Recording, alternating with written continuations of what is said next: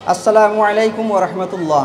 আলহামদুলিল্লাহি রাব্বিল আলামিন ওয়াসসালাতু ওয়াসসালামু আলা রাসূলিহিল আমিন। আম্মা বা'দ। আউযু বিল্লাহি মিনাশ শাইতানির রাজীম। বিসমিল্লাহির রহমানির রহিম। আলাম তারা কাইফা যারাবাল্লাহু মাসালান কালিমাতান তাইয়্যিবা কাশাজারাতিন তাইয়্যিবা আসলুহা সাবিতুন ওয়া ফারউহা ফিস সামা তু'তি উকুলাহা কুল্লা হিনিন বিইজনি রাব্বিহা ওয়া ইয়াযরিবুল্লাহুল আমসালা লিন-নাসি লাআল্লাহুম ইয়াতাযাক্কারুন। আজকের এই বাৎসরিক জালসায় উপস্থিত এই অত্র স্কুলের সভাপতি সাহেব, প্রধান শিক্ষক মহাশয় এবং বিভিন্ন অতিথিবর্গ, অত্র এলাকার বাবাজিরা এবং প্রাণপ্রিয় ভাই ও বোনেরা, আসলে একটা বিষয় আমাদের সামনে একটু জটিল। একদিকে বুদ্ধিজীবী মহল আমার সামনে, অন্যদিকে আমার বাবাজিরা আছেন, আর এই দিকে আমার স্নেহের ছোট ভাই ও বোনেরা।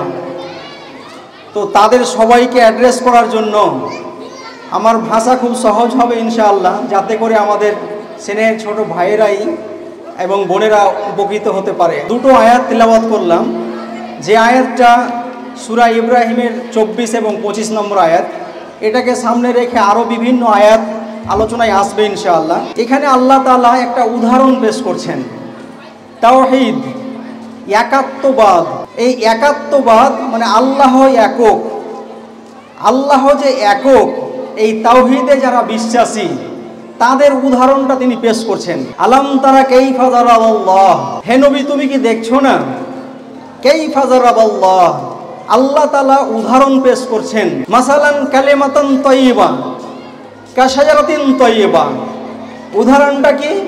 যে পবিত্র কালেমা, পবিত্র যে শব্দগুলো, বাক্যগুলো, এটা হচ্ছে পবিত্র একটা বৃক্ষের ন্যায়। পবিত্র কালেমা, কালেমা তৈয়বা আমরা সবাই জানি। কালেমা তৈয়বা লা ইলাহা ইল্লাল্লাহ, যে আল্লাহ ছাড়া কোনো উপাস্য নেই, আল্লাহ ছাড়া, মহান রব্বুল আলামিন ছাড়া কেউ আমার সার্বভৌম ক্ষমতার বা সভারেন্টি পাওয়ারের অধিকারী কেউ নয়। যে আল্লাহ রব্বুল আলামিনের যে লাহু আসমাউল হুসনা, অনেকগুলো উত্তম নাম আছে। এই উত্তম নামগুলোকে আমাদেরকে জানতে হবে। যেটা আমরা কোরআন এবং হাদিস থেকে পেয়ে যাই, সেটা হচ্ছে 99টা নাম। আল্লাহ রব্বুল আলামিন মূল নাম, এবং তার সঙ্গে আরো 98টা নাম আছে তার গুণাবলী বা সিফাতি নাম। এই গুণাবলী এবং মূল নাম, এই নামের সঙ্গে আমাকে একটা যখন পরিচিতি হবে, তখন আমার একটা এগ্রিমেন্ট হবে। এগ্রিমেন্টটা কি? একটা চুক্তি হবে। আল্লাহ রব্বুল আলামিনের সঙ্গে আমি একটা এগ্রিমেন্ট করছি কি, লা ইলাহা ইল্লাল্লাহ, আল্লাহ ছাড়া কোনো উপাস্য নেই, আল্লাহ ছাড়া কেউ আমার সার্বভৌম ক্ষমতার অধিকারী নেই, আল্লাহ ছাড়া কেউ সৃষ্টিকর্তা আমার নয়, আল্লাহ ছাড়া আমার কেউ ক্ষমা করতে পারে এরকম কাউকে আমি মানি না। আল্লাহকে একমাত্র মনে করি তিনি আমার চরম দয়ালু, দয়াময়, তিনি আমাকে দয়া করে থাকেন। আমি মনে করি যে মহান আল্লাহ রব্বুল আলামিনই একমাত্র রুজি বা রিজিক দাতা, আল্লাহ ছাড়া আর অন্য কারো কাছে রিজিক নেই, রুজি নেই। ভূপৃষ্ঠে, আকাশে বা আল্লাহর এই বিশ্ব ব্যবস্থাপনাতে যা কিছু আছে, সব কিছু মানুষকে রিজিক হিসাবে দেওয়া হয়েছে। হুয়ার রাজ্জাক, তিনি একমাত্র রুজির রাজা, আর কেউ রুজির মালিক নয়। তাহলে আমি আল্লাহকে মনে করি একমাত্র আমার রুজিদাতা, বা আমাকে যা দান করা হয়েছে, মেধা, যোগ্যতা, প্ল্যান, পরিকল্পনা, বা আমার অর্থ সম্পদ, আমার যত ধরনের প্রপার্টি হতে পারে, এই জমিন, এই আকাশ বাতাস, গাছপালা, ফেরেশতা সহ সব কিছু যেন আমাকে আল্লাহ তাআলা নিয়ামত আকারে অনুগ্রহ করে রিজিক হিসাবে দিয়েছেন। আর একমাত্র আল্লাহকে মনে করি তিনি আল্লাহ রব্বুল আলামিন আমার রুজিদাতা বা রিজিক দাতা। কালেমা তাইয়্যিবা লা ইলাহা ইল্লাল্লাহ হচ্ছে একটা অ্যানাউন্সমেন্ট, একটা ঘোষণা। কতগুলোর? যে আল্লাহ রব্বুল আলামিনের যে 99টা নাম, এই 99টা নামের সঙ্গে আমি একটা চুক্তিবদ্ধ হচ্ছি, এগ্রিমেন্ট করছি কি, ইন্নাল্লাহা আশতারা মিনাল মুমিনিনা আনফুসাহুম ওয়া আমওয়ালাহুম বিআন্না লাহুমুল জান্নাহ। অবশ্যই আল্লাহ রব্বুল আলামিন মানুষদের অর্থাৎ মুমিনদের কাছ থেকে তাদের জীবন এবং সম্পদকে জান্নাতের বিনিময়ে ক্রয় করে নিয়েছেন। তাহলে আমার মেধা, আমার যোগ্যতা, আমার অর্থ সম্পদ, আমার কাছে যা কিছু আছে, সব কিছু আল্লাহ রব্বুল আলামিন আমার ক্রয় করে নিয়েছেন জান্নাতের বিনিময়ে। আমি যেমন আমার এই মোবাইলটা দোকান থেকে ক্রয় করে নিয়েছি একটা মূল্য দিয়ে, তারপরে এই মোবাইলটা আমার কথা মতোই ব্যবহার করি, আমার ইচ্ছে মতোই। মুমিনদের সঙ্গে আল্লাহর এগ্রিমেন্টটা হচ্ছে কি, চুক্তিটা কি হচ্ছে, যে চুক্তিটা এই যে মহান আল্লাহ রব্বুল আলামিন আমাদের মেধা, যোগ্যতা, শ্রম, আমাদের প্ল্যান, পরিকল্পনা, টাকা পয়সা সব কিছু জান্নাতের বিনিময়ে ক্রয় করে নিয়েছেন, স্বর্গের বিনিময়ে ক্রয় করে নিয়েছেন। সেই স্বর্গ লাভ করার জন্য আল্লাহর অনুমতিতেই আমার সব কিছু খরচ হবে। ওয়াফিকু মিম্মা জাআলাকুম মুস্তাখলাফিনা ফি, আমরা কেবলমাত্র আল্লাহর প্রতিনিধি। এই সমস্ত মূল মালিকানা আল্লাহর হাতে আছে, এগুলোর নিরঙ্কুশ মালিকানা, একচ্ছত্র মালিকানা আল্লাহর, আর আমি তার প্রতিনিধি হিসাবে আল্লাহ রব্বুল আলামিন আমাকে দিয়েছেন। এটা আমি আল্লাহর সন্তুষ্টির উদ্দেশ্যে, আল্লাহর রেজামানদের উদ্দেশ্যে আমি এটা আল্লাহর পথে ব্যয় করব। এই যে একটা এগ্রিমেন্ট, এই এগ্রিমেন্টটা কালেমা তয়্যিবা লা ইলাহা ইল্লাল্লাহর আল্লাহ উদাহরণ দিচ্ছেন যে এই কালেমা তয়্যিবা তোমাকে সেই বহুত্ববাদী থেকে, নাস্তিকতাবাদ থেকে বের করে নিয়েছে, অন্ধকার থেকে বের করে নিয়েছে, আলোর দিকে একটা ইউনিক একটা ঘোষণা দেওয়াবে যে কুল হুয়াল্লাহু আহাদ আল্লাহুস সামাদ লাম ইয়ালিদ ওয়া লাম ইউলাদ ওয়া লাম ইয়াকুল লাহু কুফুয়ান আহাদ। কালেমা তয়্যিবাটা কি? যে কালেমা তয়্যিবা হচ্ছে, হে নবী তুমি বলো আল্লাহু আহাদ, আল্লাহ হচ্ছে একক, আল্লাহর আর কেউ শরীক নেই, অংশীদার নেই।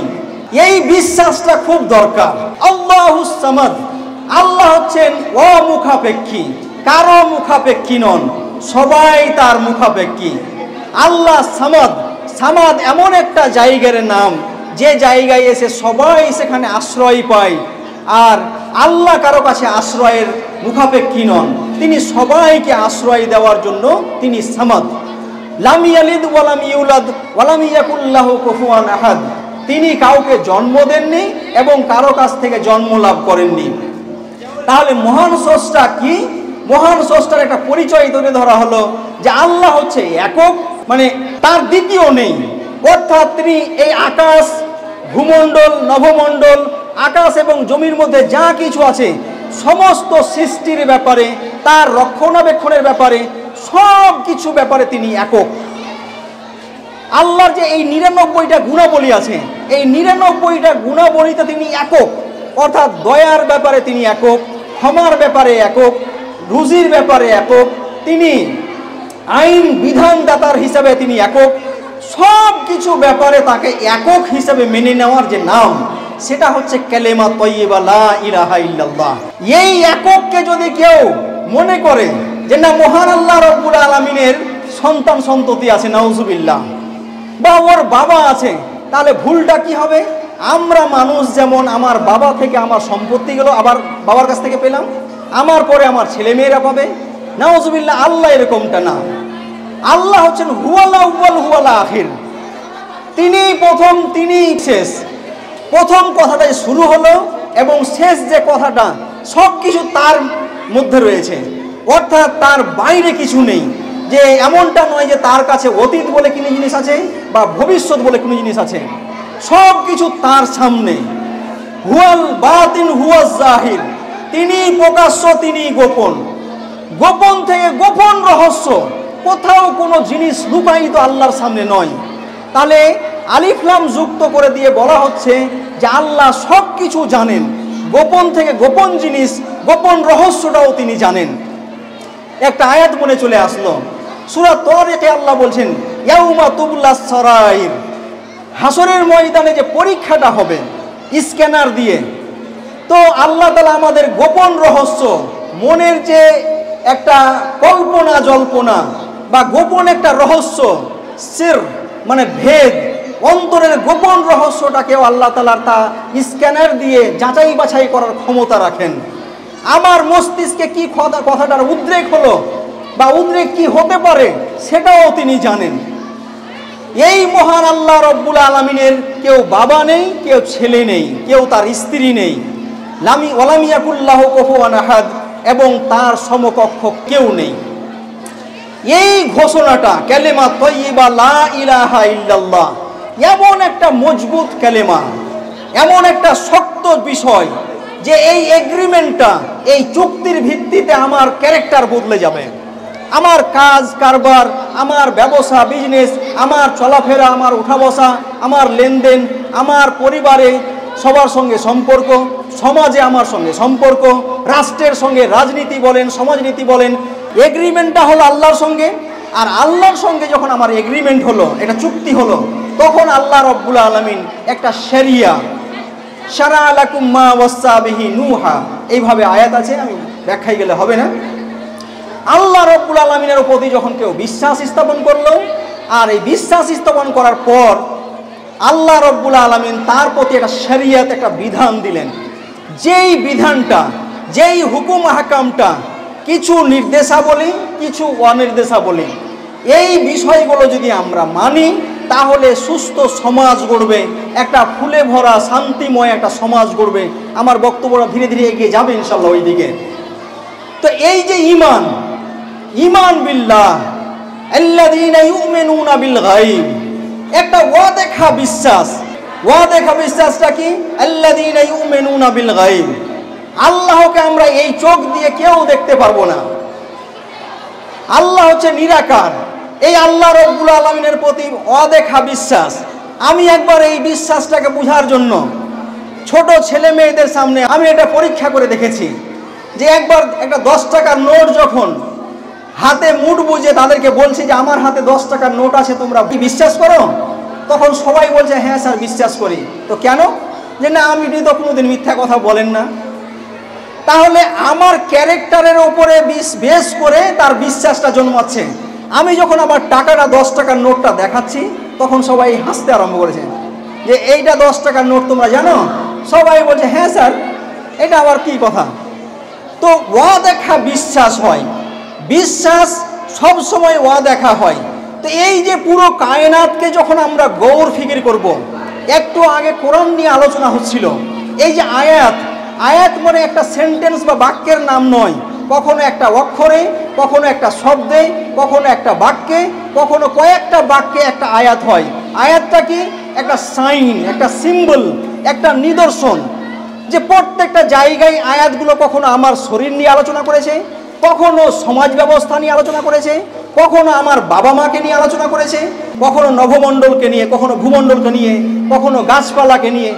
ওইগুলোতে যখন আমি তাকাবো, গবেষণার দৃষ্টিতে তাকাবো, তখন সেখান থেকে স্রষ্টাকে চেনা যাবে যে এর কেউ সৃষ্টিকর্তা আছে। অবাক লাগে কি করে একটা নাস্তিক হতে পারি আমি, যে একটা বিষয়, যে কোনো বিষয়ই, এই মাইক্রোফোন থেকে শুরু করে আমাদের পৃথিবীতে যা কিছু দেখছি আমরা, যেগুলো ইউজ করি, আল্লাহ সৃষ্টি যদি ছেড়ে দিই, সব কিছু যদি স্রষ্টা থাকে, বা এই বিশ্ব ব্যবস্থাপনার কেউ স্রষ্টা থাকবে না? অবশ্যই স্রষ্টা মহান আল্লাহ রব্বুল আলামিন এই বিশ্ব ব্যবস্থাপনাকে তৈরি করেছেন। তো এইগুলোর দিকে যখন তাকাবো, তার সাইনটা, তার সিম্বলটা আমাকে ওই জায়গায় সূক্ষ্মভাবে নিয়ে যাবে। আমি যখন মাইক্রোফোনের দিকে তাকাই, তখন আমাকে সূক্ষ্মভাবে নিয়ে যায় যে এই মাইক্রোফোনটা কেউ আবিষ্কার করে হবে। আমি যখন গাছটার দিকে তাকাই, তখন আমার সাথে সাথে মাথায় একটা টনক নড়ে যাওয়া উচিত যে এই গাছটা ওপর দিকে গেল, সব ডালগুলোই সোজা এইভাবে হলো না কেন, এটা হলো কেন, ফলগুলো দিচ্ছে কে, আবার এর সৃষ্টিকর্তা। এইগুলো নিয়ে অবশ্যই চিন্তা ভাবনা করলে তার স্রষ্টাকে খুঁজে পাবে। তাহলে স্রষ্টাকে খোঁজার জন্য আমাদের দেহে আল্লাহ তাআলা ওই জন্য প্রথমেই শুরু করেছিলেন ইকরা বিসমি রাব্বিকাল্লাযী খালাক।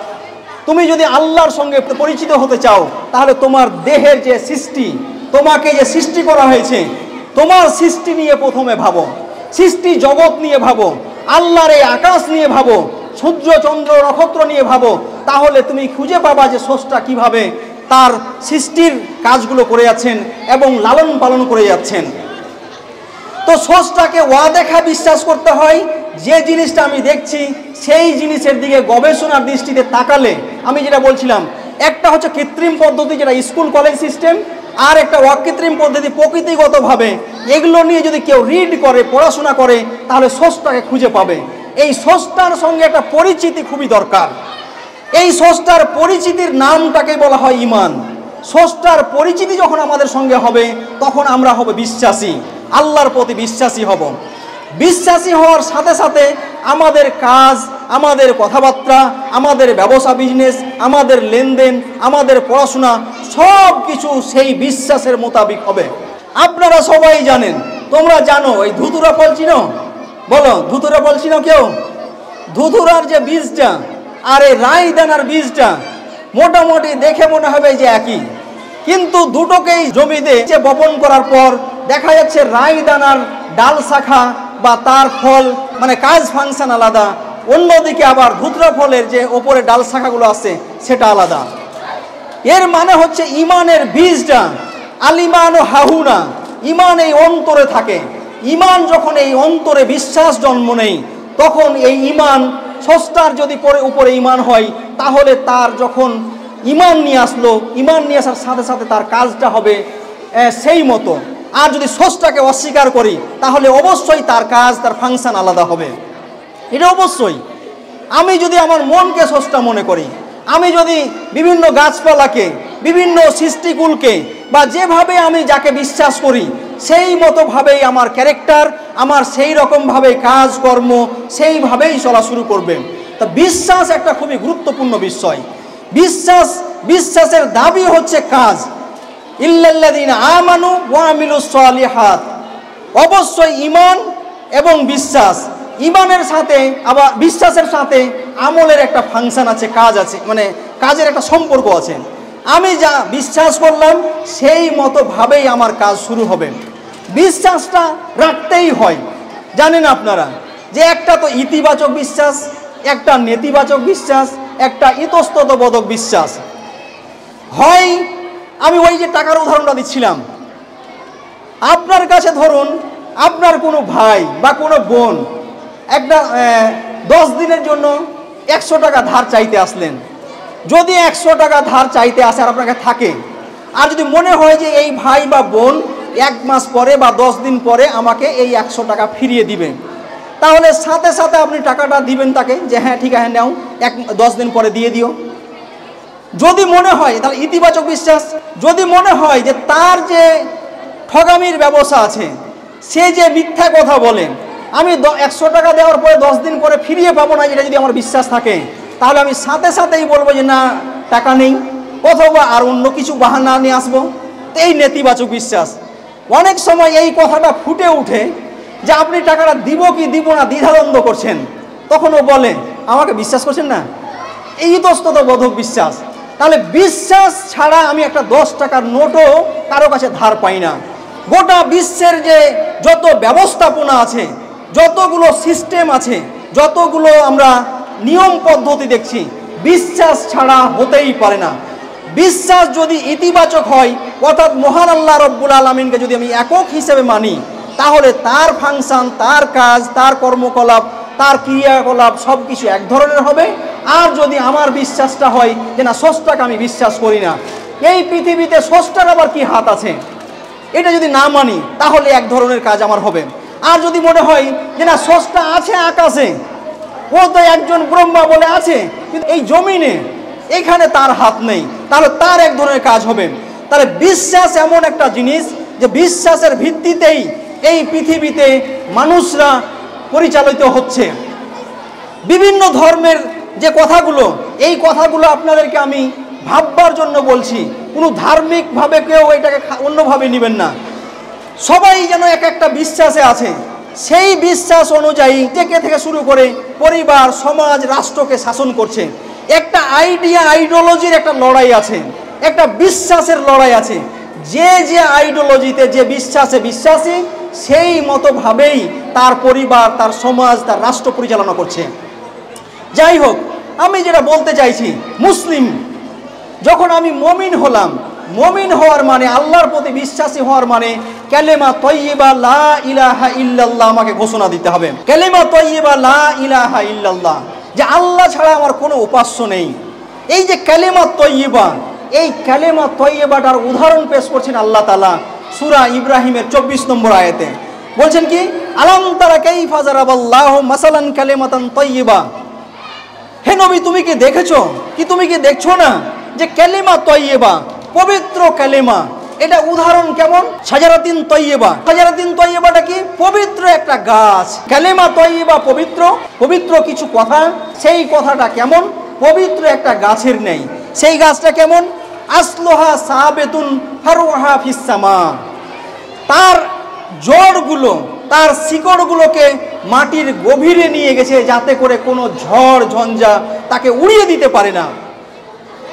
আপনি দেখবেন, যদি কামেল মুমিন হয়, পূর্ণাঙ্গ কেউ মুমিন হয়, তাকে ফাঁসির মঞ্চে উঠালেও, তাকে বিভিন্ন সময় ফ্র্যাকচার করে দেওয়ার, মব লিঞ্চিংয়ের বিভিন্ন রকমের হুমকি দেওয়া হলেও সে হেসে খেলে থাকে, সে ভয় পায় না। কেন? তার ইমানটা সেই অন্তরের অন্তঃস্থলে এমনভাবে ওত পেতে বসে আছে, যেমন একটা বট গাছ তার গাছের শিকড়টাকে এত মাটির গভীরে নিয়ে গেছে যে সেই গাছটাকে উপড়ে ফেলা কত সহজ নয়। আসলুহা সাবিতুন।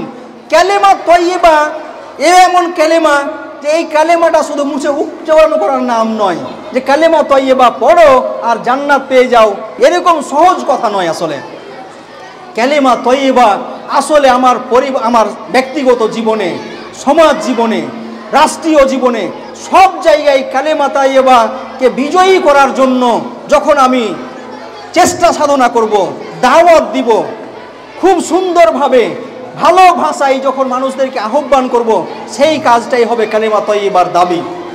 আসলুহা সাবিতুন ফারউহা ফিস সামা।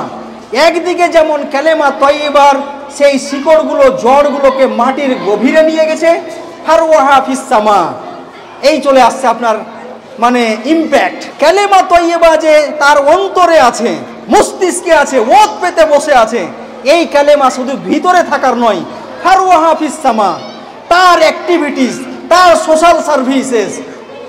আমি জেনেছি, এবার আমাকে সার্ভিস দিতে হবে। আমি পড়লাম, হয়তো লেখাপড়া না জানলেও আমি রিড করলাম এই আকাশ জমিনকে, আমার জীবনকে দিয়ে আমি স্রষ্টাকে চিনতে পারলাম। অথবা কৃত্রিম পদ্ধতিতে আমি পড়াশোনা করে ইতিহাসবিদ হয়ে, ভূগোলবিদ হয়ে, সায়েন্স বিজ্ঞানী হয়ে, সমস্ত পড়াশোনার মধ্য দিয়ে যখন আমার চেনাটা মানে পরিপূর্ণ হচ্ছে, বা আমি যখন চেনে যাচ্ছি আর এর মাধ্যমে যখন স্রষ্টার পরিচিতি হচ্ছে, তখন আমাকে সার্ভিসের জন্য, আমাকে তখন একটা কন্ট্রিবিউশনের জন্য বা সমাজে কিছু রোল রাখার জন্য আমাকে দায়িত্ব দেওয়া হচ্ছে। ওয়াফারউহা ফিস সামা, আমার ক্যারেক্টার হবে আকাশ বিস্তৃত। যেমন গাছটা তার গভীরে নিয়ে গেল জড়গুলোকে, ডাল শাখাগুলোকে আকাশ পর্যন্ত বিস্তৃত করলো, সেই মতোভাবে আমার ইমান শুধু বাড়িতে বসিয়ে রাখবে না, একটা স্কুল, খানকা, মাদ্রাসায় বসিয়ে রাখবে না। এই ইমান তখন সমাজে নিয়ে যাবে, সমস্ত মানুষের কাছে নিয়ে যাবে। সেই সমাজে তার ইমান তাকে এমনভাবে নিয়ে যাবে যাতে করে সমাজে যতগুলো অন্যায়, অরাজকতা, খুন খারাপি, হত্যা, মদ, জুয়া, ব্যভিচার, সমস্তর বিরুদ্ধে সে আওয়াজ তুলবে যে না, এগুলো হচ্ছে ডেস্ট্রয়েডের কাজ, খারাপ কাজ, এগুলো থেকে তোমরা বেঁচে যাও। যার যত জ্ঞান বেশি, তাকে দেখুন তার সমাজে প্রভাব বেশি। এখানে হেডমাস্টার মশাই, প্রধান শিক্ষক অপরদের থেকে বেশি বলে তিনি পরিচিত বেশি। আবার দেখবেন কেউ এখানে সভাপতি আছেন, এই দুনিয়াবি ক্ষেত্রে দেখলেও এইভাবে ইমানের দিক থেকেও যার যত ইমান মজবুত ইমান, তাকে গোটা এলাকা থেকে শুরু করে, দেশ থেকে শুরু করে গোটা বিশ্ব তাকে চিনতে পারে। আজকের যুগেও আপনি দেখবেন বিভিন্ন নাম আপনি খুঁজে পাবেন, যে নামগুলো গোটা বিশ্ব জানে, যে নামগুলো আল্লামা ইবনে তাইমিয়া, ইমাম গাজ্জালি রহমতুল্লাহ আলাই, স্বয়ং নবীকে দেখুন, নবী মুহাম্মদ সাল্লাল্লাহু আলাইহি সাল্লাম, সাহাবা রাদিয়াল্লাহু আনহুমকে দেখুন, যে তাদের নামগুলো, তাদের ক্যারেক্টারটা কত বিশ্বজোড়া একটা বিশ্বজয়ী, যে তারা 1400-1450 বছর পূর্বে মারা গেলেও, ইন্তেকাল করলেও, আজকেও তাদের যেন একটা ক্যারেক্টারকে লুফে নেওয়ার জন্য, সেই ক্যারেক্টারকে নেওয়ার জন্য গোটা পৃথিবীর অনেক মানুষ খুঁজে বেড়াচ্ছে, অন্বেষণ করছে। তো এই যে বড় ব্যাপারটা, যে ক্যারেক্টার আমাদের সেই রকম হতে হবে, ইমান যেমন হবে, ইমানের দাবি হচ্ছে যে আমাদের ক্যারেক্টারটা পরিবারে, সমাজে, রাষ্ট্রে রিফ্লেকশন হবে, সেখানে একটা প্রভাব ফেলবে। এরকম একটা ক্যারেক্টার আমাদের দরকার। তো অতি উকুলাহা কুল্লাহিন বিইজনি রাব্বিহা, ওই গাছটা শুধুমাত্র ক্যারেক্টারটা তার মানে ডাল শাখাগুলোকে আকাশ পর্যন্ত বিস্তৃত করে দিল, আর কিছুই দিচ্ছে না তা না। সেই গাছটা কি করে? তুতি উকুলাহা কুল্লা হিনিন বিইজনি রাব্বিহা, আল্লাহর হুকুমে, আল্লাহর নির্দেশে প্রত্যেকটা সময়ে কি করে? প্রত্যেকটা মুহূর্তে সে ফল দেয়, ছায়া দেয়। হ্যাঁ, ফল ছায়া দিয়ে সে মানে উপকৃত করে লোকেদেরকে। সম্মানিত বোনেরা, তোমরাও ভেবে দেখো যে তাহলে একটা গাছ কালেমা তয়্যিবা, যেটা ও মানে এমন একটা গাছ যে গাছটা আকাশ পর্যন্ত তার ডাল শাখাগুলোকে বিস্তৃত করলো, তারপরে সে ফল এবং ফুল এবং ছায়া সবাইকে প্রোভাইড করে। ওই গাছটা যে আকাশ পর্যন্ত বিস্তৃত হলো, যখন কেউ একটা অমুসলিম তার ছায়াতে আসে, ছায়ার তলে আসে, তখনও তাকে ছায়া দেওয়া হয়। যখন কোনো পশু পক্ষী আসে তখনও তাকে ছায়া দেওয়া হয়। কখনো যখন একজন মুসলিম আসে তখনও তাকে ছায়া দেওয়া হয়। তখন কেউ যদি খ্রিস্টান ইহুদি হয় তবুও তাকে ছায়া দেয়। সেখানে আর পার্থক্য থাকে না। মুসলিম জাতির নাম হবে এই ইমানটা কি, এই ইমানের ক্যারেক্টার যখন তার উপরে এই চরিত্রটা যখন ডেভেলপ করবে, তখন তার ক্যারেক্টার থেকে, তার চরিত্র থেকে সে কি মুসলিম না অমুসলিম, সে হিন্দু না খ্রিস্টান, না সে জৈন, না সে পশু না পক্ষী, সবাই সে উপকৃত হবে। যেমন একটা গাছ তাকে ছায়া দেয়, এই যে ছায়াটা কিসের আলামত? ছায়া আসলে ছায়া তো হচ্ছে এমন একটা শান্তির জায়গা, যেখানে গিয়ে রৌদ্র থেকে এসে একটা তৃপ্তি পেলাম। আমার কাছে যদি কেউ আসে তাহলে সে শেল্টার পাবে, সে তৃপ্তি পাবে, সে যেন তার মন জয় হয়ে যাবে। এই হচ্ছে আমি একটা ব্যক্তি। ফুলের কাজ কি? একটা সুগন্ধি ছড়াই, এটা সুগন্ধি ছড়াই। আমার কাছ থেকে কখনো ভেদাভেদের কথা, কখনো একে অপরের লড়াইয়ের কথা এগুলো ছড়াবে না। আমি এমন একটা ব্যক্তি হব যে আমার কাছে এসে সে যেন আদর আপ্যায়ন পাবে, সে মেহমানদারিত্ব আমার কাছে পাবে, সে যেন আমার কাছে আসলে পারেই তার সুগন্ধিত হয়ে যাবে। যেমন একটা আতরের দোকানে গেলে যেমন আতর পাওয়া যায়, সেই রকম আমি একটা ব্যক্তি হব যে আমার কাছে আসলে তারও ক্যারেক্টারে যদি থাকে মানুষের ক্ষতিকার চিন্তাভাবনা, যে না সে অন্যায়কারী, সে হয়তো লোকেদের সঙ্গে বিবাদ করে, ঝগড়া বিদ্বেষ, পরনিন্দা পরচর্চাকারী যদি হয়, কিন্তু আমার কাছে যখন আসবে তখন সে এমন হবে যে না আমার ক্যারেক্টারে সে বিমোহিত হয়ে গিয়ে সে ওই ভুলটা আর করতে যাবে না। আমার ক্যারেক্টারটা আরেকটা ফলের গাছটার কাজ কি? যে ফল দান করে। মুসলিম জাতি, মুসলিমরা কখনো এই হাত পাতার জাতি না। আমি অবাক হই, এই যে রিজার্ভেশনগুলো আসলে একটা সময় পর্যন্ত তাদেরকে মানে বঞ্চিত রাখার ফলে এটা ঘটেছে। মুসলিম তো জাতি, এমন একটা জাতির নাম যেটা দেওয়ার নাম, দেওয়ার জাতি। আলিয়াদুল উলিয়া খাইরুম মিন আদিস সুফলা, তারা হবে একটা দেওয়ার জাতি, যেন সব সময় দেওয়ার হাত হবে, নেওয়ার হাত হবে না। অথচ দুর্ভাগ্য আমাদের, আজকে সব জায়গায় আমরা হাত পেতে দিয়েছি। না, মুমিন মানে আমি মুসলিম, আর মুসলিম মানে আমি হব দেওয়ার জাতি।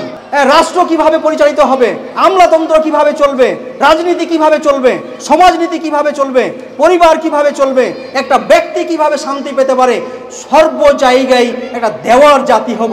মেধা, যোগ্যতা সব কিছু দেওয়ার জাতি। ইসলামের ইতিহাস তুলে ধরুন, ইসলামের বড় বড় স্কলারদেরকে দেখুন, মুজাদ্দিদেরকে দেখুন, যে তারা ভূগোলের জগতে, বিজ্ঞানের জগতে, সোশ্যাল সায়েন্সের জগতে, বিভিন্ন সাবজেক্টসে বলেন, সমাজ গড়ার ক্ষেত্রে এমন একটা উন্নত মানের লিখনি থেকে শুরু করে উন্নত সমাজ ব্যবস্থার একটা উদাহরণ পেশ করেছেন, যেটা আপনাকে নিতেই হবে। কিন্তু আমরা সেগুলো পড়াশোনা করছি না।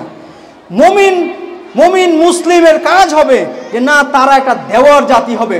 সর্ব জায়গায় একটা কন্ট্রিবিউশন থাকবে, একটা সোশ্যাল সার্ভিস হবে। কোনো ভাই যদি খেতে না পায়, খাবার থেকে শুরু করে, কোনো ভাই যদি দোকান দিতে না পারে, কোনো ভাই যদি তার মানে জীবিকা নির্বাহ করার কোনো সন্ধান না পায়, সর্ব জায়গায় দেওয়ার জাতি হবে এই মুসলিম জাতি। সমস্যাটা কোথায়? যে না, আমরা এখন আরাম আয়েশের মধ্যে চলে গেছি। এই মুসলিম যে মুসলিম কিছু দেওয়ার কথা ছিল, সেই দেওয়ার জায়গায় না থেকে, কোরআনকে রিড না করে, কোরআন যে সোর্স অফ নলেজের কিতাব ছিল সেটাকে না পড়ে, আজকে আমরা কি করছি? সবার কাছে একটা অবহেলিত, পদদলিত, বিভিন্নভাবে লাঞ্ছিত হয়ে গেছি। কেন? যে আমার কাছে না সেই জ্ঞান আছে, সেই না পরিকল্পনা আছে, না সেই আইডিয়া আছে, যে আইডিয়াটা সেই জ্ঞানটা আমি সবাইকে সুস্থভাবে, সুন্দরভাবে দিতে পারছি। কোরআন বলছে যে আসলে এদের হওয়া উচিত ছিল যে সব সময় একটা গাছ যেমন ফুল দেয়, ফল দেয় আর ছায়া দেয়, সেরকম ফলের মানে হচ্ছে এরকম যে আমি সব সময় একটা সার্ভিস দিব, একটা সেবামূলক কাজ করব। ওয়াইজরিবুল্লাহুল আমসাল লিন-নাস লাআল্লাহুম ইয়াতাযাক্কারুন। এই উদাহরণগুলো আল্লাহ তাআলা কেন দেন আসলে? ওয়াইজরিবুল্লাহুল আমসাল, আল্লাহ তাআলা এই যে উদাহরণটা পেশ করলেন মানুষদের সামনে, যাতে করে মানুষরা সেখান থেকে উপদেশগুলো নেই। কত সুন্দর উদাহরণ দেখুন। এরকম উদাহরণ হতে পারে?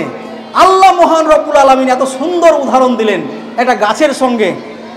সেখানে যদি আমরা ভাবি, অবশ্যই আমরা যারা ভাবি, চিন্তা ভাবনা করি, তাহলে অবশ্যই আমাদের জন্য একটা উপদেশ এখানে পাওয়া যাবে। আমরা এখান থেকে একটা জীবনের দিশা পেয়ে যাব, আমাদের জীবন গড়ার একটা রাস্তা পেয়ে যাব, একটা ওয়ে খুলে যাবে, একটা পথ খুলে যাবে। আর যদি হিংস্র মানসিকতা থাকে, যদি একটা সাম্প্রদায়িক মন থাকে, তাহলে আবার এই উদাহরণ থেকে অনেক কিছু বের করা যাবে। আমি আমার বক্তব্য বলছি না, আসলে কোরআনের আয়াতটারই ব্যাখ্যা বললাম শুধুমাত্র। আপনি কোরআনটা পড়ুন, সূরা ইব্রাহিমের 24 নম্বর আয়াত এবং 25 নম্বর আয়াত। তাহলে এই উপদেশটা নিতে পারে কারা? যারা চিন্তাশীল ব্যক্তি, যারা ভালো ব্যক্তি, যারা এটাকে ভালো মনে নেই যে না, সবার আইডিয়া আইডিওলজির একটা ডিসকোর্স হোক, একে অপরের সঙ্গে যেন আলোচনা হোক, আলোচনা হওয়ার পরে যেটা ভালো সেটা আমরা নিব। এই মানসিকতা যা রাখে তারা অবশ্যই এই আয়াত থেকে একটা সুন্দর দিশা পেয়ে যাবে। ওয়ামাসালু কালিমাতিন খাবিসাতিন কাশায়াতিন খাবিসাতিন উজতুসাত মিন ফাওকিল আরদি মা লাহা মিন কারার। একদিকে যেমন পবিত্র কালেমার উদাহরণ দিলেন আল্লাহ তাআলা, অন্যদিকে একটা অপবিত্র কালেমা ওরও উদাহরণ দিচ্ছেন যে মা এ খাবিসা, অপবিত্র। এই কালেমাটা কেমন জানো? এমন একটা গাছের নাই, এমন একটা এই লতা পাতার নেই, উজতুসাত মিন ফাওকিল আরজ, জমির উপরেই যেন উপরে ফেলে দেওয়া যায় এমন একটা গাছ, যে গাছটা মা লাহা মিন কারার, যেটাকে রাখার প্রয়োজনই মনে করি না। ধরেন একটা গাছ লাগিয়েছেন, গাছটার আশেপাশে যে আগাছাগুলো জন্মে, ওই আগাছাটাগুলো আমরা উপরে ফেলে দিই। এই অপবিত্র কালেমা, মনুষ্য রচিত যে বিভিন্ন চিন্তা ভাবনা মতাদর্শগুলো আছে, আল্লাহ সেখানে বলছেন এটা আসলে মানুষরা ঠিক করেনি। এটা আসলে আল্লাহর কালেমাতে বিশ্বাসী হওয়া উচিত ছিল। এই কালেমাটা এত হালকা যে আমরা কি করি, আমাদের মূল যে গাছটা তাকে বাঁচানোর জন্য আশপাশের আগাছাগুলোকে উপরে ফেলে দিই। এটা আসলে সেই জায়গায় থাকার কথাই নয়। এই চিন্তা ভাবনাটা করতে আল্লাহ তাআলা বলছেন, ইউসাব্বিতুল্লাহুল্লাযীনা আমানু বিল কাউলিস সাবিতি ফিল হায়াতিদ দুনিয়া ওয়া ফিল আখিরাহ ইউযিল্লুল্লাহু যালিমিন ওয়া ইয়াফআলুল্লাহু মা ইয়াশা। তারপরে আল্লাহ তাআলা ওই কথাটাকে নিয়ে আসলেন যে কথাটা এতক্ষণ বলছিলেন কালেমা তয়্যিবের ব্যাপারে, যে এই যে কালেমা তয়্যিবা, এটা এমন একটা কাউলিস সাবিত, একটা মজবুত কালেমা, মজবুত কিছু কথা, যেই কথার ভিত্তিতে আল্লাহ তাআলা পৃথিবীতে এবং আখিরাতে তাকে প্রতিষ্ঠা করে। অর্থাৎ ভয় তো মনে হবে যে কালেমা তয়্যিবা লা ইলাহা ইল্লাল্লাহর যে আইডেন্টিটি, এই যে একটা পরিচয়, আজকে মুসলিমরা আইডেন্টিটির একটা পরিচয়ের মানে জায়গায় একটা যেন কিভাবে ক্রাইসিস হচ্ছে না।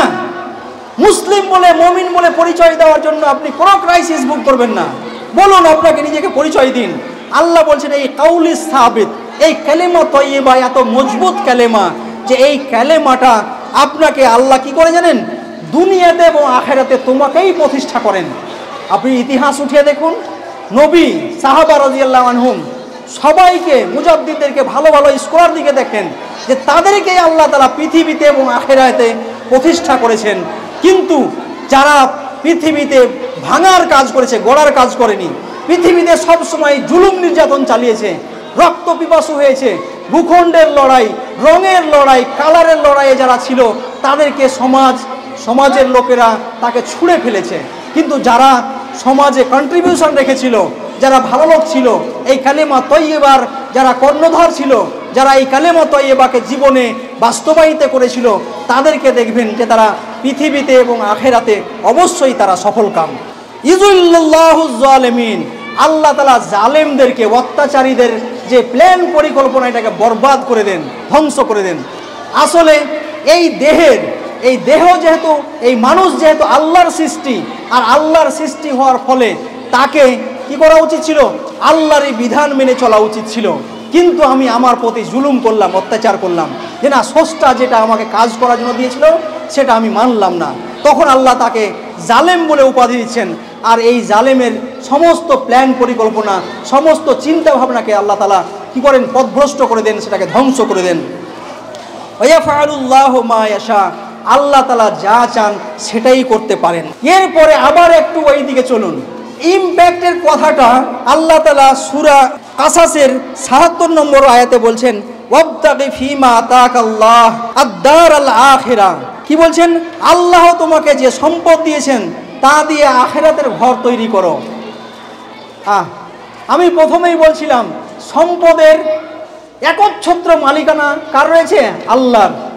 এই সম্পদ দিয়ে জান্নাত নামক যেটা মনের ইচ্ছা পূর্ণ করে দিবে, মা তাশতাহি আনফুসুকুম ওয়ালাকুম ফিহা মা তাদদাউন। জান্নাত এমন একটা জায়গা, এমন একটা সুখের জায়গা যেটা মনের ইচ্ছা পূর্ণ করে দিবে। মন যা চায় তাই পাওয়া যাবে, এটাকে বলা হয় জান্নাত। মন কি চাই? আমি চাই যে না, আমার বয়স হোক যুবক যুবতী, তরুণ তরুণী, আমি এমন সুঠাম চেহারার, এত দেখতে সুন্দর বা সুন্দরী হই যাতে আর কেউ এরকম না থাকে। সুন্দর বা সুন্দরী হওয়া, যুবক থাকা, কি বলে যে অনেক অঢেল সম্পত্তির মালিকানা আমার কাছে থাকবে, এইরকম যে চিন্তা ভাবনা আমরা করি, মন যা চাইবে তাই পেয়ে যাব, এরকম একটা জায়গা একমাত্র জান্নাত। কুল্লামা রুজিকু মিনহা মিন সামারাতির রিজকা। যখনই জান্নাতে কিছু দেওয়া হবে তখন তুলনা করে সে বলবে, এই মালদার আম বা এই মালদার লিচু তো আমি খেয়েছিলাম, কিন্তু জান্নাতের এই লিচুটা বা আমটা এত সুস্বাদু, এত স্বাদ, এত টেস্টফুল। আবার সে হয়তো মনে করবে, কুল্লামা, যখনই আবার চাইলো যে একবার তো খেলাম, আধ ঘন্টা পরে খেয়ে দেখি তো, তখন মনে করবে যে আধ ঘন্টা আগে যেটা খেয়েছিলাম তার থেকে আবার সুস্বাদু। আবার মনে হলো 10 মিনিট পর, আবার তার থেকে আরও স্বাদ বেড়ে যাবে। জান্নাতটা এমন দারাজা, দারাজা মানে ধীরে ধীরে বৃদ্ধি পাওয়া। আমি যা সুন্দর আরও বেশি সুন্দর হব, আমি যে যুবক আরও যুবক হব, আরও আমার শক্তি বেড়ে যাবে। আমার আরজুহা মা ফিস সামাওয়াতি ওয়াল আরজ, আকাশ জমিনের বিস্তৃত আমাকে জান্নাত দেওয়া হবে। সেই জান্নাতের পাদদেশ দিয়ে ঝর্ণাধারা প্রবাহিত হবে। এই সুখের জায়গা। মেয়ে এবং ছেলে, আজকে যে এই জেনাগুলো, ব্যভিচারগুলো মানে কত অন্যায়ভাবে হচ্ছে, সেই দিন আল্লাহ তাআলা এই মুমিনদেরকে জান্নাতে হুর, হুর মানে হচ্ছে প্রতিপক্ষ। একটা ছেলে জান্নাতি হবে মানে তার যে একটা জৈবিক চাহিদা আছে, মেয়েকেও সামনে পাবে।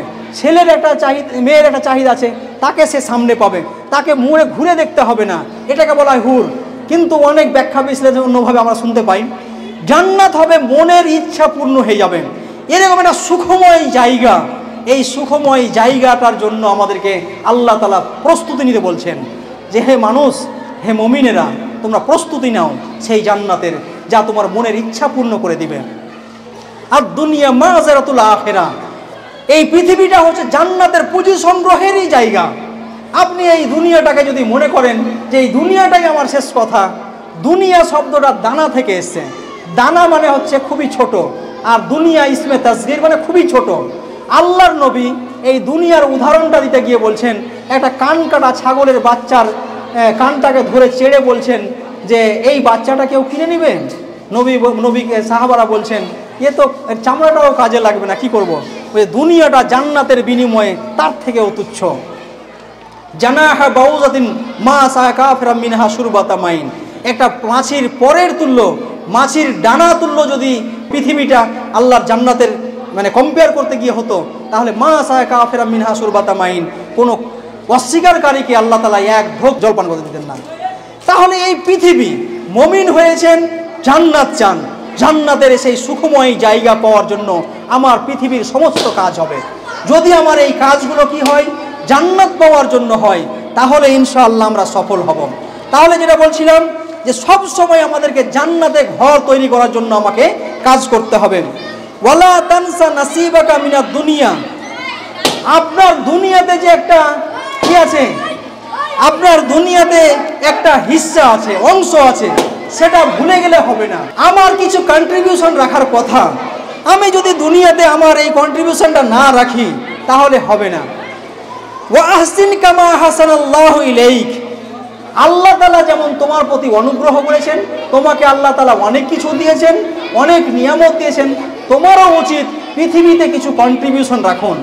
আমি যে এতক্ষণ আলোচনা করছিলাম যে জান্নাতে ঘর তৈরি করাটাই শেষ কথা নয়, আমাদের একটা ভালো কন্ট্রিবিউশন হতে হবে কি, আল্লাহ তাআলা আমাকে অনেক কিছু দিয়েছেন, অনেক নিয়ামত দিয়েছেন, অনেক অনুগ্রহ দিয়েছেন। এই অনুগ্রহটা যেমন আল্লাহ আমাকে দিয়েছেন, সেই অনুগ্রহটা আমি পৃথিবীতেও রেখে যাব। প্রিয় মা এবং বোনেরা এবং বাবাজিরা, বুদ্ধিজীবীরা, সবাইকে আমি একটা আবেদন করছি, আপনার জীবন একটা ভালো জীবন হওয়া দরকার। সোসাইটিতে একটা ইম্প্যাক্ট ফেলতে হবে। আমার জীবনটা এমনটা নয় যে না আমার জীবন একটা গরু মহিষের মতো একটা জীবন হবে বা পশু পক্ষীর মতো একটা জীবন হবে। আমার জীবন হবে সোসাইটিতে, সমাজে একটা কিছু করে যাবে, কিছু অবদান রেখে যাবে। হয় কিছু লোকেদের, দুস্থদেরকে বাড়িঘর করে দিবে, হয় এখানে সমাজ গড়ার কিছু কাজ করে যাবে, স্কুল কলেজ প্রতিষ্ঠান মাদ্রাসা মক্তব খুলে যাবে। এইভাবে যত ভালো কাজ হতে পারে তার একটা আসার, তার একটা ইম্প্যাক্ট, তার একটা অবদান সমাজে থাকতে হবে।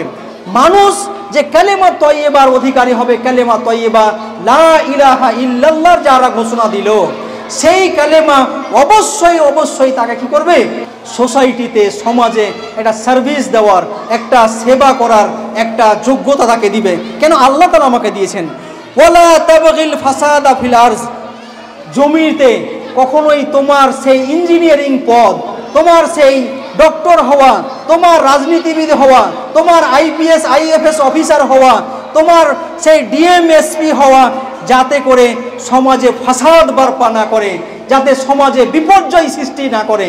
তোমার কাজটা হবে কেমন তাহলে, খাজির আলাইহিস সালামের মতো। ছোট ভাই ও বোনেরা, তোমরা ভাবো, খাজির আলাইহিস সালামকে কল্পনা করো। খাজির মানে হচ্ছে সবুজ শ্যামল। তিনি যেখানেই যেতেন সেখানে একটা পরিবেশটা শান্তময় হয়ে যেত, সমাধান হয়ে যেত। তোমরা যেখানে যাবে, ডাক্তারের মহলে গেলে ডাক্তারিতে যে অনেক করাপশন চলছে, কিডনিতে পাথর হয়নি অথচ পাথরের নাম দিয়ে অপারেশন করা হবে, তাকে বিভিন্ন যে অপারেশনগুলো করা হয় সেখানে করাপশন রয়ে গেছে, ওই করাপশনগুলো সরিয়ে দিয়ে ওখানে ডাক্তারের জগতে কি করতে হবে, একটা সেবামূলক কাজ দিতে হবে।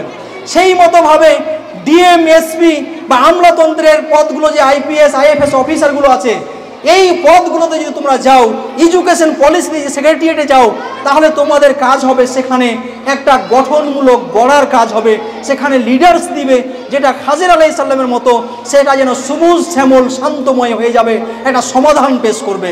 কখনোই ফাসাদ, একটা ভাঙার কাজ, একটা ডিস্ট্রয়ের কাজ, একটা ভেঙে দেওয়ার কাজ তোমরা করবে না। এরকমই আল্লাহ তাআলা এখানে আহ্বান করছেন যে মানুষ, তুমি মুমিন হও, আর মুমিন হওয়ার পরে তুমি একটা সোসাইটিতে, সমাজে কন্ট্রিবিউশন রাখার জন্য কাজ করো। এই কাজটা যদি আমরা করতে পারি তাহলে আল্লাহ তাআলা আমাদের খুশি হবেন।